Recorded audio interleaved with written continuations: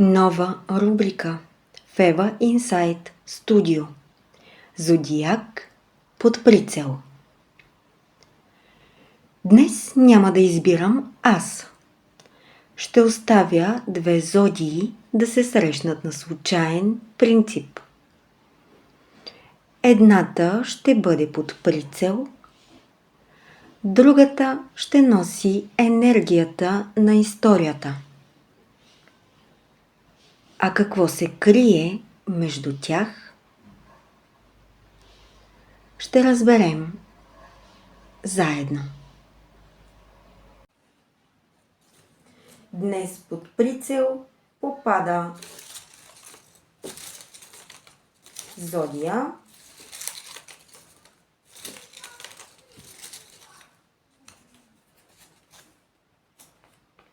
Стрелец. А енергията, която стои зад историята, е на зодия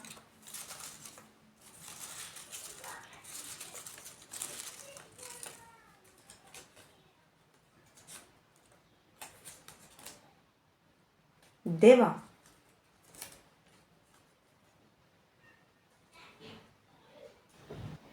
Понякога най-опасното нещо не е една лъжа, а истината, която някой е задържал прекалено дълго. Защото има думи, които човек не казва веднага. Не защото ги няма, а защото знае, че след тях нищо няма да бъде същото. Някой е анализирал, наблюдавал е, премислял е всяка стъпка, опитвал се е да остане спокоен, да изглежда така, сякаш всичко е под контрол. Но идва момент, в който мълчанието става по-тежко от самата истина. Момент, в който една дума може да отключи разговор, който е бил отлаган твърде дълго. Защото понякога човек не си тръгва, когато спре да чувства, а когато осъзнае, че повече не може да мълчи. И тогава съдбата обръща ролите. Този, който е смятал, че знае какво ще се случи, може да се окаже неподготвен за следващия ход.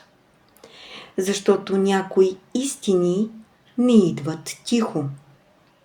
Те идват, за да разрушат една представа, една маска, една ситуация, която вече не може да продължи по същия начин. Днес под прицел е Стрелец, а енергията за тази история идва от Дева. Нека видим каква е истината, която е била крита твърде дълго. Тема. Някой ще каже истината, която е крил твърде дълго. И така, нека да видим кой стои зад тази история и защо точно този човек се появява като енергия около зодия Стрелец. Кой стои зад тази история и защо точно този човек се появява като енергия около зодия Стрелец. Ето го отново. Рицар на мечовете.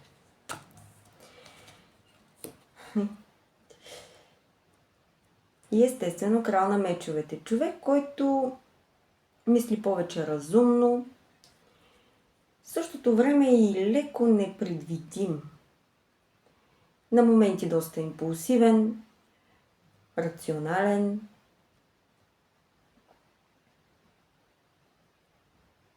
Сякаш е доста контролиран човек. Човек, който повече анализира Но въпреки това има импулсивност от страна на този човек. Има и някакво раздвоение, т.е. сякаш тук има различни перспективи, различни възможности, избори, пътища, но сякаш този човек се е концентрирал точно над вас. Има нещо, което го ядосва този човек.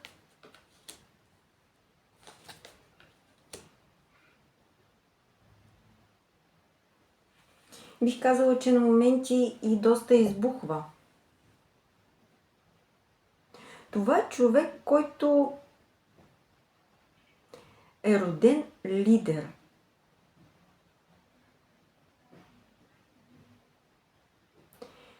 Но някои неща не зависят от този човек.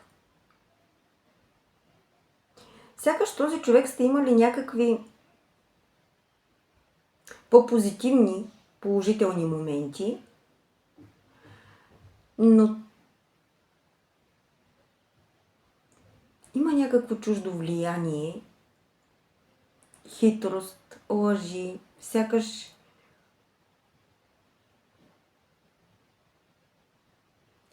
нещо, което ви е казал, не е било самата истина.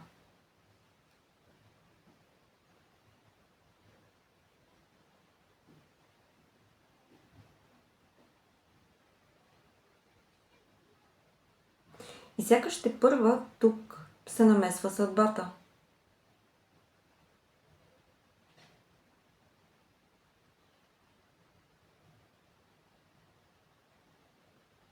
Това е човек, който в повечето случаи не слуша емоциите, не слуша сърцето си, не слуша интуицията, слуша разума си. Не показва чувства, не показва емоции. В същото време бързо избухва, бързо се ядосва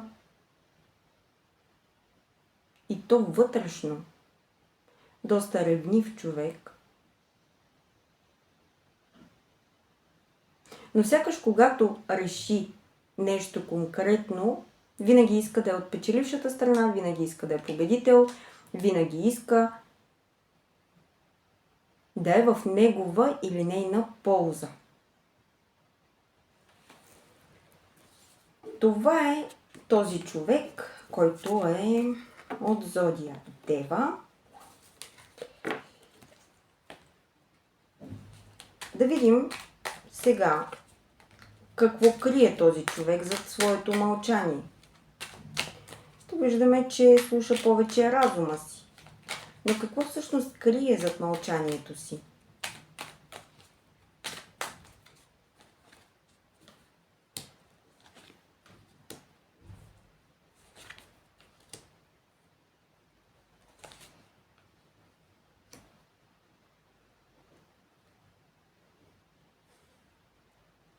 Контрол над емоциите, бих казала. Сякаш мисли за вас, но не го показва. Сякаш се е вглъбил във вашата ситуация и отношения.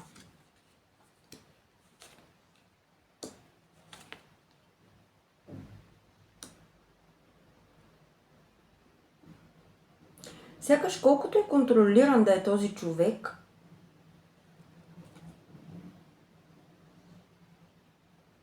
под повърхността има доста дълбоки чувства, бих казала. Но не желая да признае, че с вас се е чувствал жив, че с вас се е чувствал добре този човек и че пътят, който е поел, е бил грешен. В момента изпитва някакво съжаление, но изпитва и някаква самота вътрешна.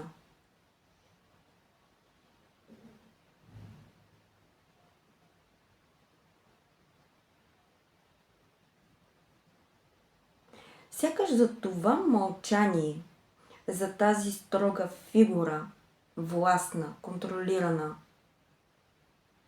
и стабилна на пръв поглед, стои човек, който крие емоции и чувства. Факта, че вие го карате да усеща повече, отколкото би признал. Доста силни емоции има този човек към вас.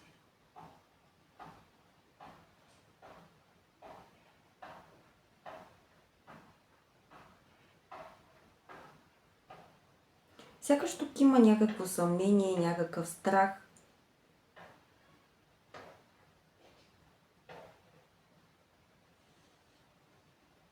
Някакво постоянно завръщане в мислите си към вас. Добре, нека да видим каква истина ще бъде изречена, когато повече не може да бъде задържана.